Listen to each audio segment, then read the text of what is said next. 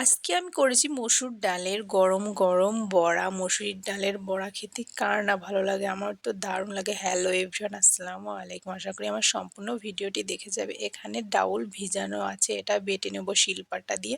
আর এখানে রেখেছি ৪ টা পেঁয়াজ কুচি, কুচি করে সুন্দর করে কেটে নেব। এই তো শিলপাটা দিয়ে আমার ডাউলটা বাটা হয়ে গেছে। আমি খুব মিহি করে সুন্দর করে বেটে নিয়েছি।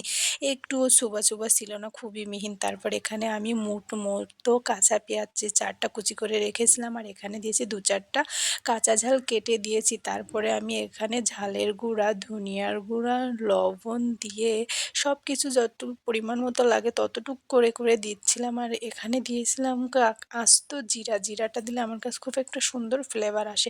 আর এখানে দিলাম ফাইনালি আতপ চালের গুঁড়া। এটা দেওয়ার একটাই কারণ, যাতে মসুর ডালের বড়াটা মচমচে হয়। তারপরে দিয়ে দিলাম ধনিয়া পাতা। ধনিয়া পাতাটা দেওয়ার পরে আমি হাত দিয়ে খুব সুন্দরভাবে চটকিয়ে চটকিয়ে নিচ্ছিলাম, যাতে পেঁয়াজগুলো ম্যাশ হয়ে যায়। ধনিয়া পাতা ঝালগুলো সব একবারে ম্যাশ করে নিয়ে খুব সুন্দর সবটার মধ্যে, দেখো এখানে আমার ম্যাশ করা হয়ে গেছে।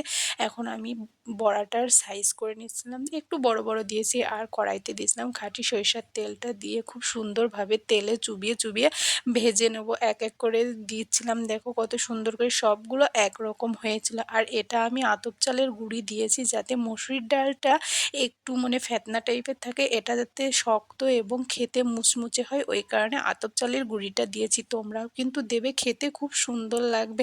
এটার মধ্যে ধনিয়া পাতা অ্যাড করলে যে কি মজা লেগেছে খেতে, অনেকটাই সুন্দর হয়েছে। তারপরে আমি বড়াগুলো খুব সুন্দরভাবে খুন্তি দিয়ে উল্টিয়ে পাল্টিয়ে নিচ্ছিলাম এবং জালটা একটু লো রেখেছিলাম, কারণ যা ভাজিটা কিন্তু ছ্যাঁচড়া পোড়া হয়ে গেলে খেতে ভালো লাগবে না।